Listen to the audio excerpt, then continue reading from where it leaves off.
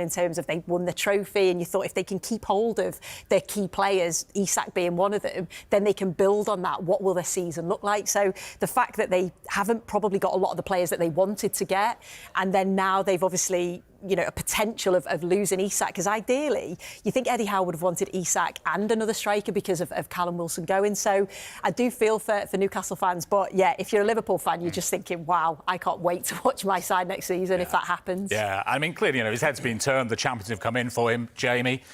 You know, the rest of the Newcastle team are out in Asia. He's been training his old club in Spain, reported an injury, so couldn't go on the tour.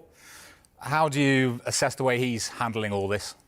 I think it's very hard, Jules, unless you're in his position. You know, I think it's very easy for the wider public and football fans to kind of criticise footballers. There's always the perception of there being an ideal way of leaving a football club, and it doesn't always pan out like that. And I think this is kind of a product of that. I think that he's probably not injured.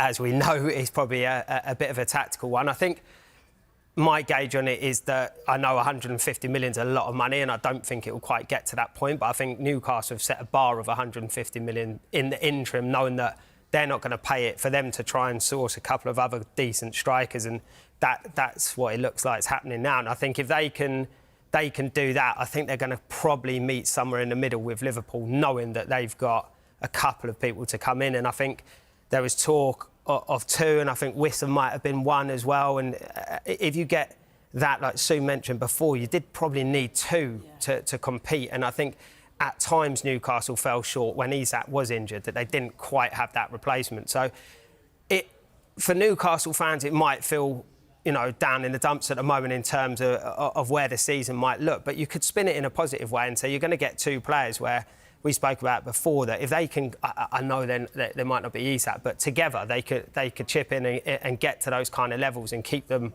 you know, fighting at the top end of the league. So it could end up for a positive in the end for Newcastle. Yeah, because it's so interesting, isn't it, the mood around Newcastle, the positive end to last season, the trophy, the Champions League football again, and yet, you know, now they've struggled to bring players in the summer, it seems.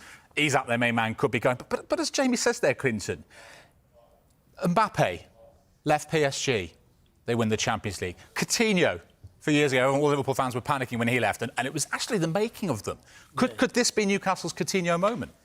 Oh, I'm not sure. If he goes. See, it's a hard one because Isak's leaving, but Isak's, no disrespect to Newcastle. Newcastle's a big football club. He's going to a better football club, in my eyes, that have better players in Liverpool. So it's a great move for him. You can understand why he wants to go to Liverpool. But at the same point, I'm like what Sue and the lads have said. I feel sorry for Newcastle because you're right, they had a great season. In particular, Eddie Howe, who's done a fantastic job there. I do think Newcastle's recruitment can be better. They've signed Elanga, who I think will be a good signing.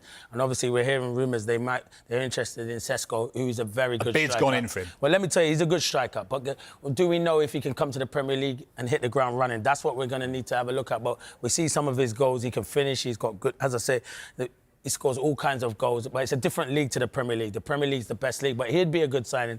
And Jamie made a good point. Vissa is a very good signing, if they can get him. I'm not, Brentford fans, don't shout at the TV. I'm not trying to sell your best players. I know you've lost Mbuemo, but if a club like Newcastle come knocking, not being disrespectful to Brentford, and can offer him Champions League football, as a player, that's what you want to do, play Champions League football. So those two signings, if Newcastle can get it, I know if they lose Isak, they're not Isak kind of replacements, but they brought two in, and they've still made money on him, so it could be good business for them. Yeah, Wissam not involved, by the way, for Brentford in their pre-season game with QPR today, and we wait to see what happens with Sesko. A bid has gone in from Newcastle to RB Leipzig. He's not involved in their game today, just shy of £70 million, which is the sort of figure they were looking for. So that one could accelerate, and once Sesko's in the door, would that therefore open the door for Isak to move from Newcastle? They didn't win a Premier League game without him last season. Newcastle scored just one goal in those 4 matches he was missing as well. And it looks like he might be off. First bid rejected, though, by Newcastle yesterday. By the way, just to let you know, Callum Wilson, who, of course, left Newcastle this summer, has now completed a move to West Ham today. That is